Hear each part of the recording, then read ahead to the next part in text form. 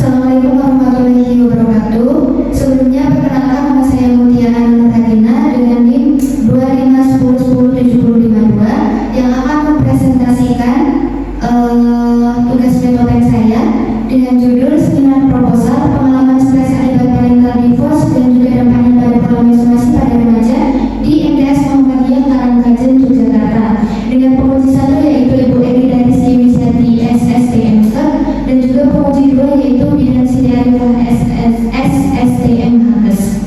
Untuk mengefisiensikan waktu, berikut akan saya mulai pemaparannya. Baik, di sini dimulai dari bab 1 latar belakang, yaitu dari seriousness of the problem yang dibagi menjadi beberapa poin, yaitu ada poin pertama, konflik keluarga dan juga kondisi keluarga yang tidak harmonis menjadi sumber stres psikososial pada remaja putri yang berdampak pada tekanan emosional dan juga kesejahteraan psikologis.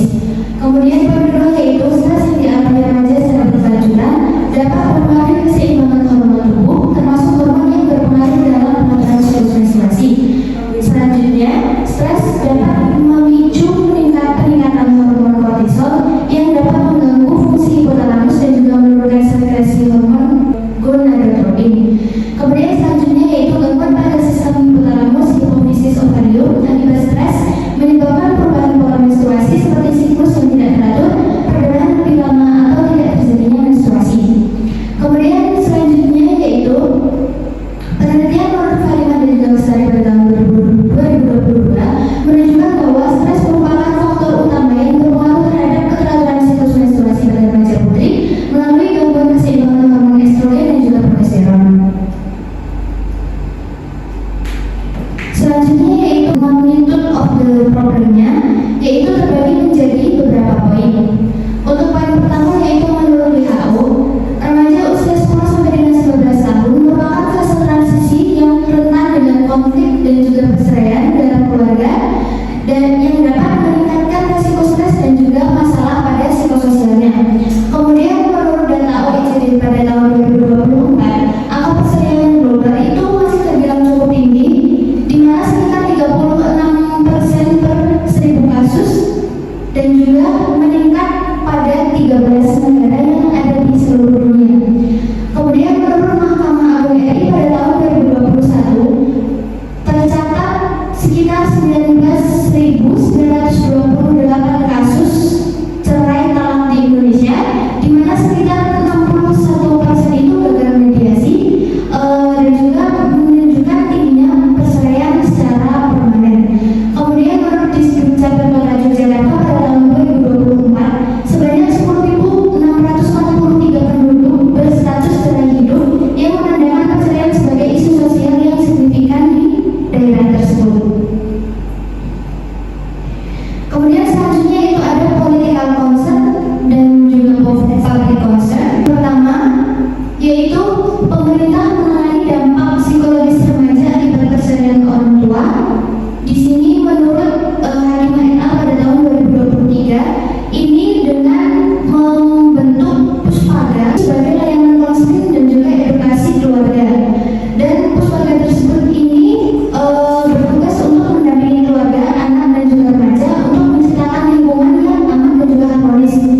Selanjutnya pemerintah juga menetapkan kebijakan pelayanan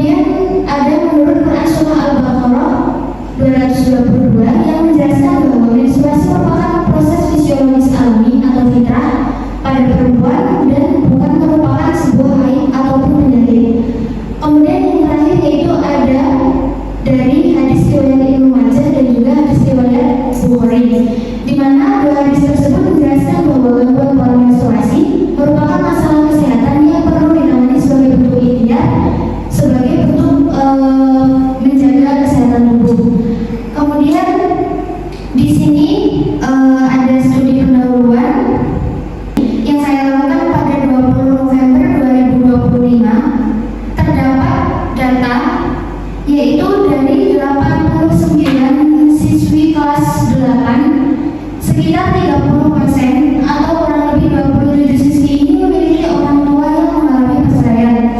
Data ini saya dapatkan melalui wawancara singkat dengan salah satu guru bimbingan konseling yang ada di MTS Muhammadiyah Karangasem tersebut. Kemudian saya telah melakukan wawancara singkat pada tanggal 12 Desember 2025 pada 2 siswi MTS kelas 8 yang ada di MTS Muhammadiyah Karangasem, dan di situ saya dapatkan data bahwa 2 siswi tersebut mengalami perceraian yang menimbulkan gangguan pada pola menstruasi mereka.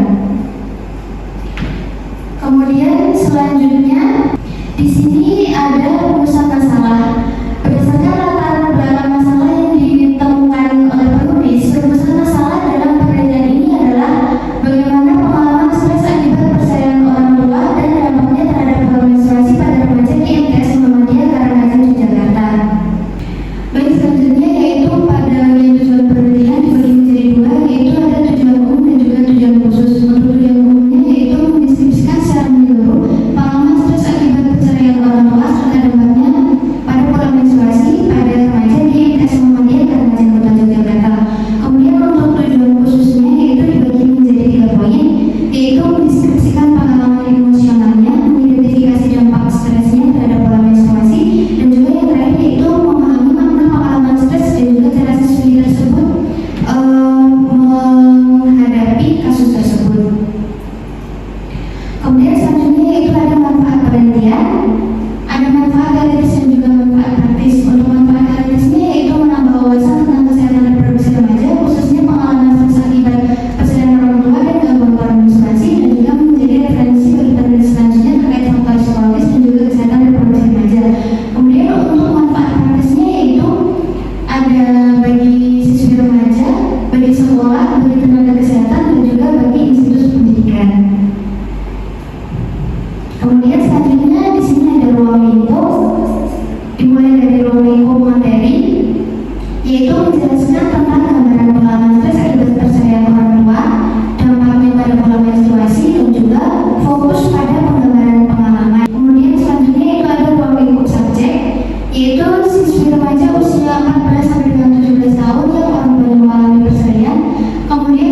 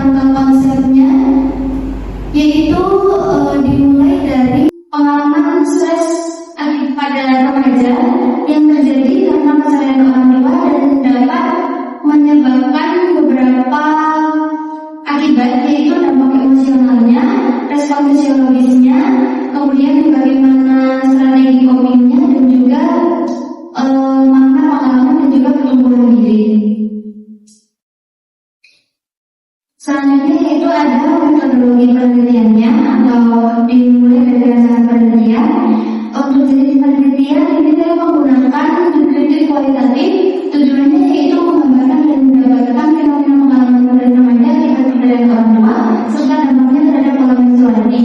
Data ini berbentuk kata-kata lisan dan juga tertulis tanpa penggunaan angka.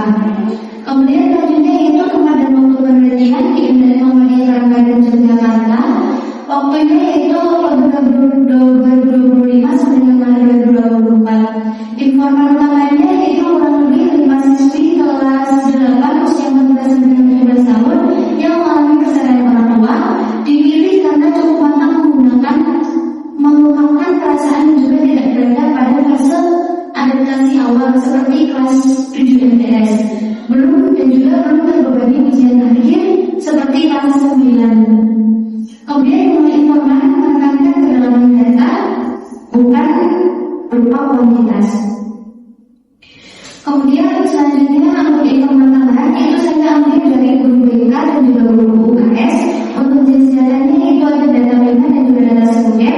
Data primernya itu wawancara mendalam dengan BPMDR, observasi non-partisipatif yang berfokus pada pengalaman stres, emosi dan juga perubahan pola menstruasi. Untuk data sekundernya itu ada wawancara guru BK dan juga guru UKS dan juga menggunakan literatur dan juga jurnal hukum. Selanjutnya yaitu ada teknik pengumpulan data. Di sini saya menggunakan wawancara mendalam semi struktur, observasi non-partisipatif dan juga dokumentasi. Untuk triangulasi datanya yaitu triangulasi sumber dari siswi, guru BK dan juga guru UKS. Triangulasi teknik menggunakan wawancara, observasi dan juga dokumentasi yang bertujuan untuk meningkatkan validitas dan juga kredibilitas data. Kemudian selanjutnya itu ada analisis data, yaitu analisis deskriptif kualitatif, model interaktif kompleks Habermas dengan reduksi data, penyajian data dan juga peralihan kesimpulan dan verifikasi.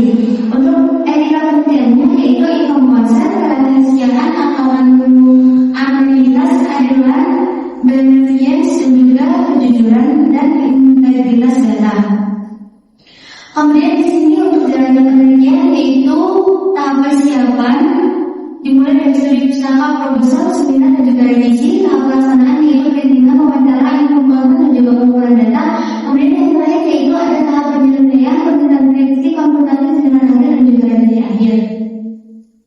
Baik, sekian presentasi yang